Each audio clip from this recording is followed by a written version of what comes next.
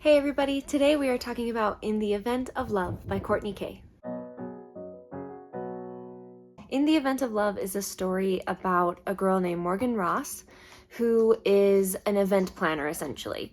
She is working in LA and she wants to get this promotion to be able to go to New York.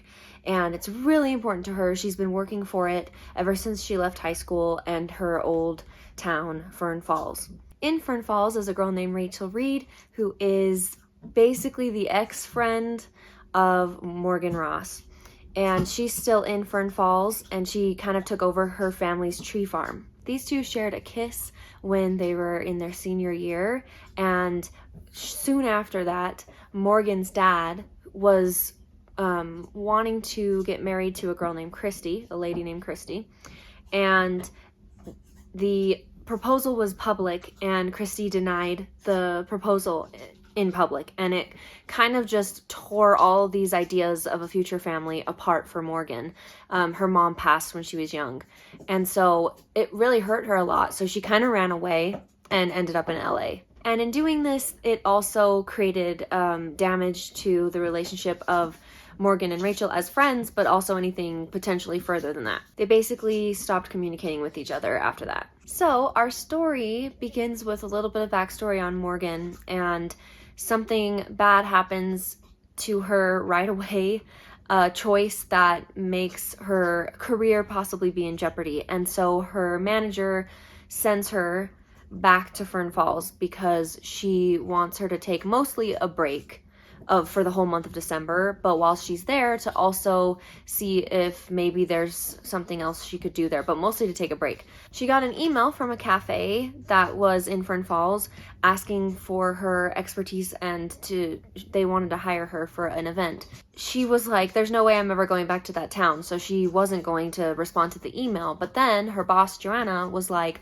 you need to go back home and take a break. So Morgan takes this as an opportunity to still work while she's there by taking this event. And Joanna's like, please still take a break though. You need to like relax for a bit and like recover from this PR situation.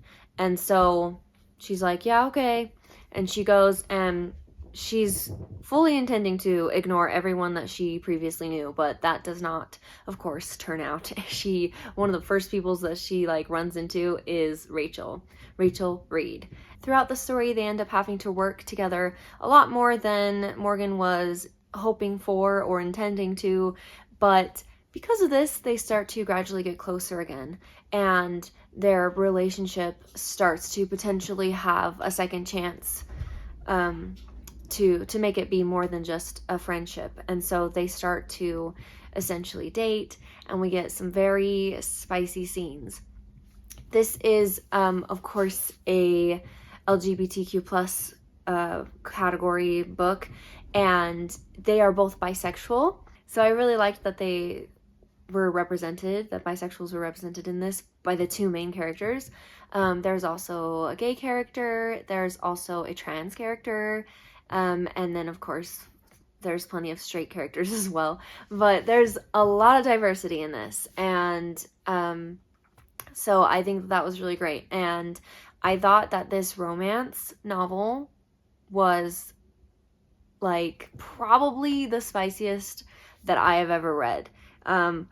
So I don't know if this would be considered a like the same level of spice for you as what I'm considering it, because I'm only basing it off of the very few books that I have read that I could even use this meter for, which is like 3, I think, at this point. So not a lot to go off on. I would probably say that this book is a 4 out of 5 on the spice level, because the other ones that I've rated I just felt like those ones were not quite as in depth with the actual sex scenes that we get in this one. And there was like 3 big ones plus a masturbation scene as well. And I feel like this is the first time that I've read a book that has that in it. And I actually liked that because it was not what I was expecting, and it also shows that this character has been going through a lot of different emotions at this point in the book towards who she's like thinking about and feeling these feelings about, and where she's not been having very much luck ever since she left high school to be able to have like relationships work for her.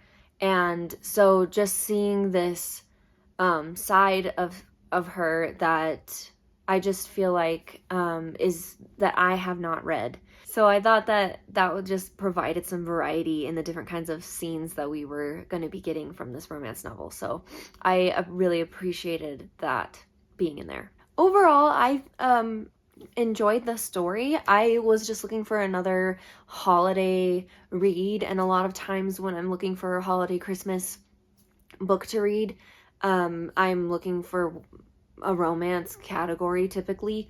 Last year I read The Christmas Swap. It was, I liked that one as well. And I was trying to find a few more for this year, but again, the wait times to get the book checked out were just too long. So, but I did end up having the Christmas Bookshop and then this one. And next year I'm planning to try and get 2 more that I didn't get this year to read as well. So I can get some more romance novels under my belt and have more to compare to. But overall, I really liked that this was set in a town that was just super snowy, that there was this event that happened, that the one that Morgan was supposed to be helping with.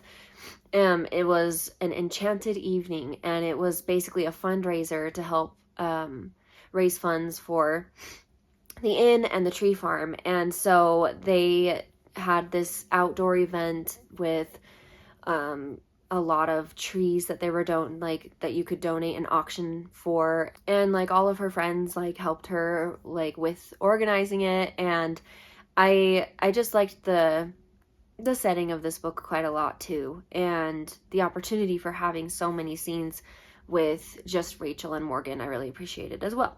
The only things that I would be like nitpicky about were the writing style of just how many times the characters were referenced with their full names. Like almost every time Rachel was mentioned, it was Rachel Reed. And then you'd get a part where Morgan would just say, you know, her first name, and then like the next time she says it, she says her full name. And I know, like the 2 R's, Rachel Reed. And then sometimes even Rachel would say Morgan Ross and like just say her full name all the time, which is why I remember them so well, because they were said so many times. And I'm just like, I don't really know anyone that just like, when you see someone that you know well, that you identify them like by you saying their entire like name to them versus just saying their first name or even a nickname. But no, like the full name. I don't know why that like bothered me, but I was just like, really? We're gonna say Rachel Reed again like she's some super important celebrity person, when it's like it's just your girlfriend. And not to say that the girlfriends are not important. I'm just saying you don't have to say the full name almost every time.